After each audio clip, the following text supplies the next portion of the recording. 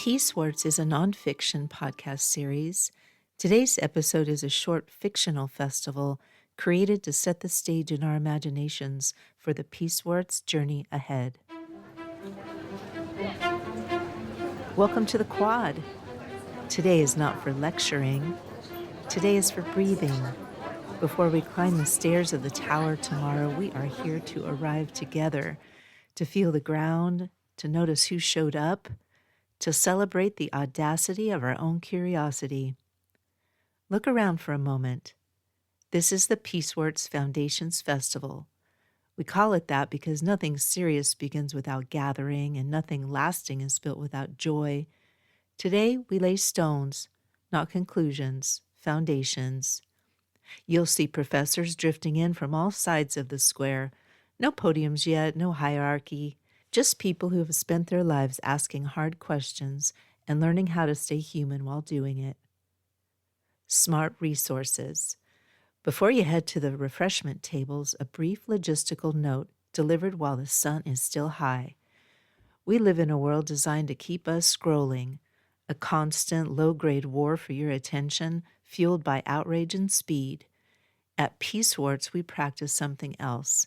We practice the deep look. When you do your daily lookups, we ask you to move past the surface, seek out human-authored, peer-reviewed records, the slow work, the kind that doesn't shout.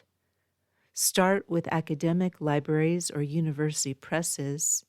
Use JSTOR for humanities, Google Scholar for citations, Core for open access research. For public data, stay with .gov and .edu sources. We're not collecting takes. We're collecting evidence. To keep your mind clear, we use the CRAP test here. You'll hear it often, so let it settle in. C, currency. R, relevance. A, authority. A, accuracy. P, purpose.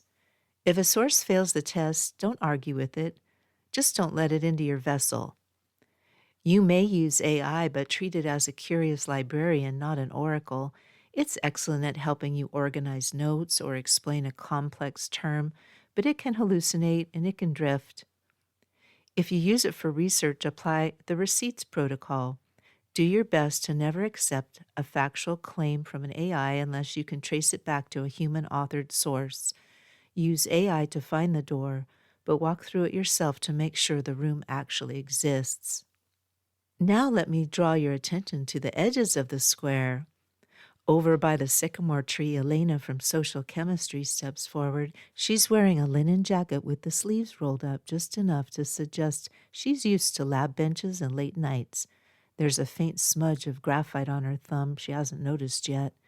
She lifts her glass, smiles once, and says, "Do not be afraid of the heat of disagreement. In the lab, nothing changes without a reaction. The goal isn't to be nice. The goal is to be stable. When conviction is mixed with respect for dignity, you get a compound that can hold under pressure." She nods as if to herself. You are allowed to be firm and kind at the same time.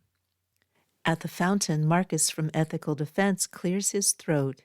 He's wearing a worn leather satchel that looks older than some treaties. No notes, just presence. "Look at your hands," he says. "They are tools of the great graft. Most systems will tell you the only way to protect what you love is to destroy what you fear.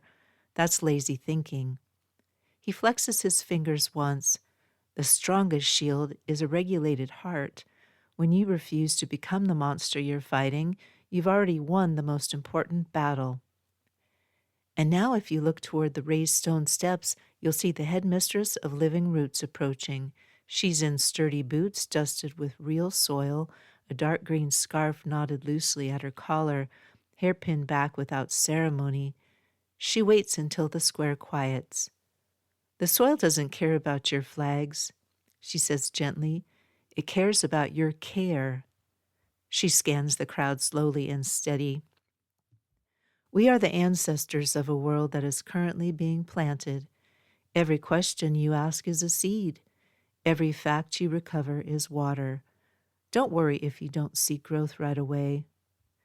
She smiles. We are building for the year 2,126. Now listen. Across the quad, the resonant four are setting the tone. One adjusts the cello end pin, another taps a loop pad softly, testing the air. The sound that emerges isn't loud, it's felt. Cello low and grounding, ambient hums that echo like the planet's own frequency, a rhythm that feels like a heartbeat, steady but alive. This isn't music for marching, it's music for remembering how to stand. Help yourself to the Solaris Refresher, ginger honey, sparkling spring water, a sprig of mint floating on top like it knows it belongs there. It's designed to wake you up, not dull you down. We don't need numbness here. We need clarity. Stay a while. Talk to someone you don't know. Notice who listens well. Let the music do some of the work thinking usually tries to do alone. Tomorrow, we stop being tourists. Tomorrow, we become students. I'll see you then at the Department of Universal Understars for our first class. Enjoy the festival.